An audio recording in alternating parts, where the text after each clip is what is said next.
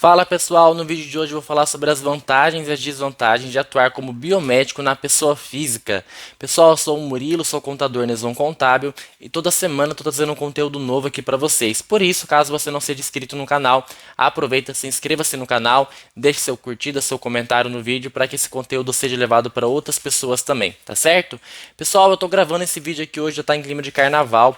Tá um barulho bastante alto lá fora, espero que não esteja incomodando aqui no vídeo, né? Me programei para produzir o conteúdo para vocês hoje, então vou dar sequência no conteúdo por aqui.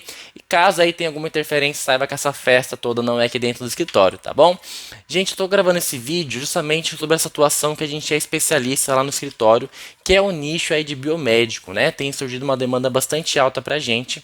E lá no escritório a gente tem trabalhado tanto com clientes que atuam na pessoa física e na pessoa jurídica. Então a ideia desse conteúdo em si é para mim alertar vocês em relação às vantagens e desvantagens na pessoa física, né? Tem outros conteúdos aí direcionados na área que eu falo um pouco da tributação, alguma situação na pessoa jurídica e até mesmo um comparativo com um com o outro, tá bom?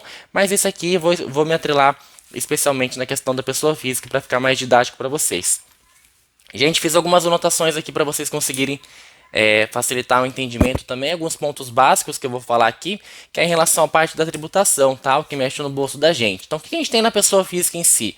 Primeira coisa que de fato é o honorário contábil, né? Então, praticamente quem atua como pessoa física, normalmente o pessoal tem um contador, porque é o que de fato faz a sua escrituração no livro caixa, né? Então, quando eu falo livro caixa, é quando a gente faz toda aquela movimentação que vai para a Receita Federal, que demonstra a sua atuação no CPF para fazer o recolhimento do imposto. Então, esse honorário contábil aqui, a princípio, na pessoa física, a gente tem comparado a uma pessoa jurídica, né? Normalmente ele tende a ser mais baixo do que um honorário de uma pessoa jurídica. Então, ele por si só pode ser mais vantajoso na pessoa física se a gente for trabalhar de forma isolada, né? Mas ainda assim não é um ponto que impacta bastante. A gente tem que colocar ele num contexto todo de tributação para conseguir entender qual que é a vantagem e desvantagem, tá bom? Só coloquei ele aqui para lembrar vocês porque ele está diretamente relacionado, né, com essa questão de tributação também, é o profissional que vai ajudar vocês, então eu coloquei ele aqui para a gente mencionar, tá bom? Segundo ponto que eu mencionei, ISSQN, né? Então tem muita gente que na verdade não tem isso aqui, tá? Isso aqui é obrigatório. Como a gente atua como profissional autônomo, a gente tem que fazer um cadastro na prefeitura, de fato informando que a gente exerce como profissional, né? Então eles vão liberar um cadastro pra gente e libera inclusive um carnê de pagamento, né? Do ISSQN, que é o Imposto sobre o Serviço. Esse valor, ele é um valor fixo que você paga anual, então você tem esse recolhimento. Deixei o valor em branco também por quê? Porque depende da prefeitura que você atua, né? Cada prefeitura, cada cidade cobra de uma forma e aí tem que verificar de fato como que está a atuação na sua cidade para a gente comparar esse imposto. Então, como pessoa física, tem gente que esquece desse ponto aqui, tá bom? Então tem que verificar, porque é obrigatório fazer o cadastro e pode trazer penalidade para vocês, combinado? E por fim, gente, o imposto de renda, né? O que mais mexe aí com a gente no bolso, né? Esse imposto de renda até coloquei aqui para vocês, né? 27,5%. Imposto de renda, ele é um pouco mais delicado, que a gente sabe que tem uma tabelinha de imposto, mas o que é legal para a gente saber para ficar mais didático? Estou recebendo uma faixa de 4,5, né, de rendimento. Estou simplificando os valores para facilitar para vocês. Teria essa tributação já nessa faixa de 27,5%. Ou seja, então estou tendo uma renda aí de 4.500 por mês.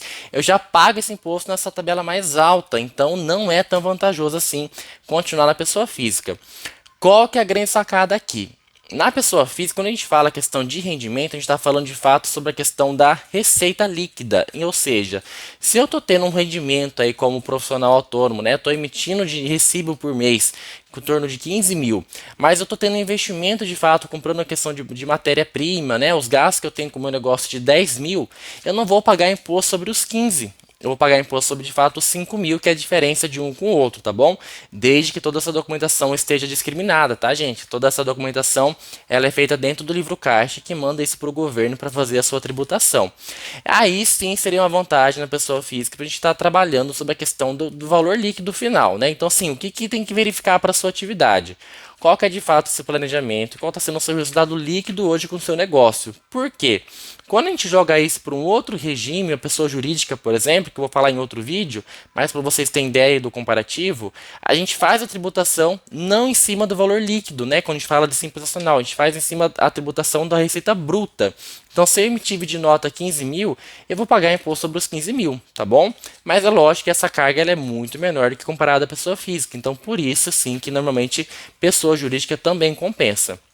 Gente, uma última sacada aqui, ó, que eu deixei por final, que isso aqui também tem bastante gente recolhendo imposto à toa nesse sentido.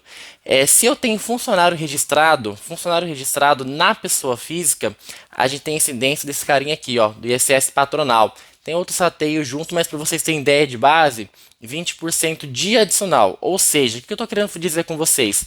Claro, além do custo que a gente já tem, né, de salário, FGTS, férias, 13º, em cima do salário você faz um recolhimento da guia INSS de pelo menos 20% do valor do salário da funcionária. Então aí que está grande tiro no pé em relação à pessoa física. Tem muita gente que não sabe disso. Se eu jogo esse registro para a pessoa jurídica, não tenho essa questão do INSS patronal. Então você não faz esse recolhimento, tá certo? Então assim, isso aqui seria uma desvantagem na pessoa física por conta do valor do INSS patronal, e tem muita gente que não sabe, tá bom? Pessoal, o que é importante vocês entenderem?